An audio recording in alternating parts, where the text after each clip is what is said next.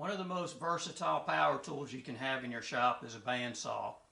What I find to be the best thing I use mine for is resawing material. You can cut curves and things with it, but you can cut veneers, whether they're fairly thick. These are 1/16 of an inch. You can cut, if you have a good material you want book matched, you can use it for that. This right here is a 32nd. You can cut veneers that thin, or you can use it if you have a thick board and you just need 2 boards. You can use it for that too. All that's resawing. You don't have to buy a jig for it. You can make your own. And what I like to do is show you my technique and what I did to make these, and they work really good. So, but before I go to the bandsaw, I'd like to do some little bit of illustration on a whiteboard to describe exactly what I'm doing. If you're new to bandsawing and you hadn't gotten into the resawing yet, this may be helpful for you.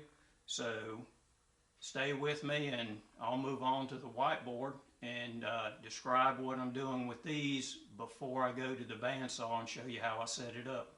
Okay, this is the top view of my jig on the bandsaw, just to illustrate. This right here is the blade. There's the kerf of the blade.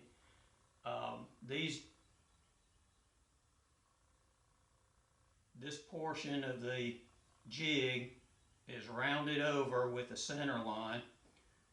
This is mine's about 1 1/8 from here to here.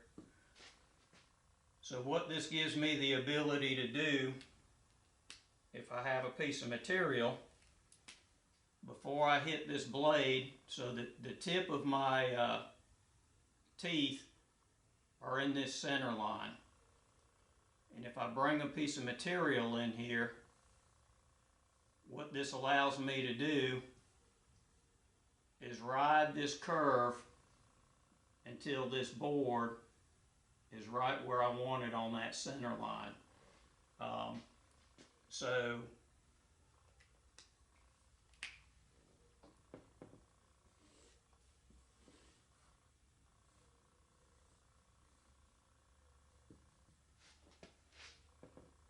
when your material gets to your blade, it's already where you want it as far as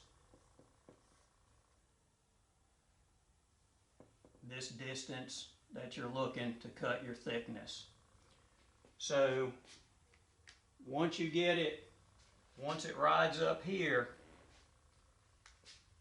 what you have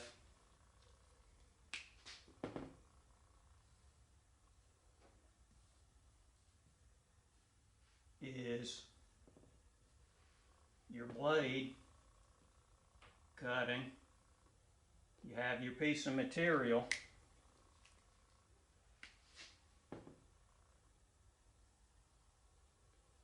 here, and you have your kerf for your cut riding up here.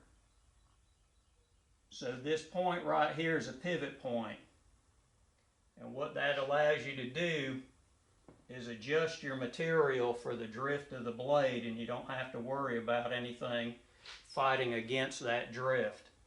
So the way I do it is you need to keep pressure, constant pressure in this direction, and then your pressure pushing through the blade is this direction. Those two stay constant. The more constant you can be, the better you're going to have a cut. And the way I keep adjusting through the cut is I look at the back side of this blade right here, and I watch the kerf and make sure that that back side of the blade is staying consistent on each side, and that'll let you ride that cut through. So the pivot point and the front of your blade are in line so that you can make minor adjustments through the cut and give you a consistent cut through the process. So that's a basically how it works, and I'll show you on the bandsaw how I go ahead and set mine up. It's not real difficult. And then I'll close the video with resawing a board in half. It's slow. The teeth on these blades, the blade I have in here is a 4 TPI. My 3 is either dull, dirty, or something, so old. I didn't have a 3 TPI, so it's a slow cut.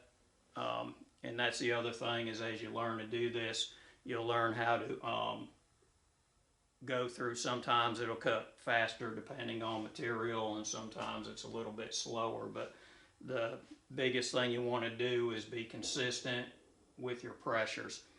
This is important on the side because you want to keep it along the straight up and down. If it wavers off of that, you're going to have inconsistent cut.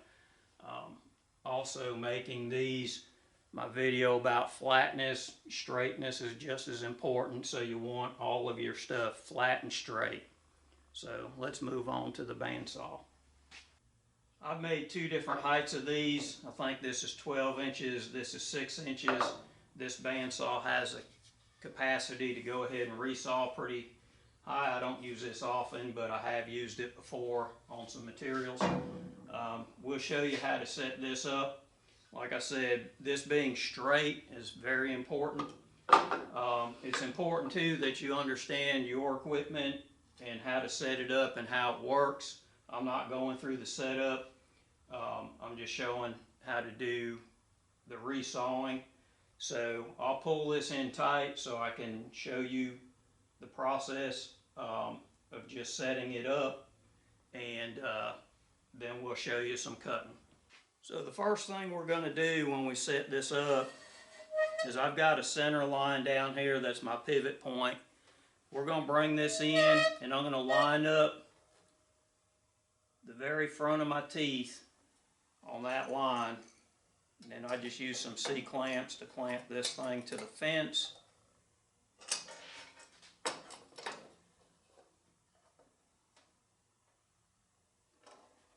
And that portion of it's done. The next thing we're going to do is we're going to line up parallel the teeth of the blade to this part right here.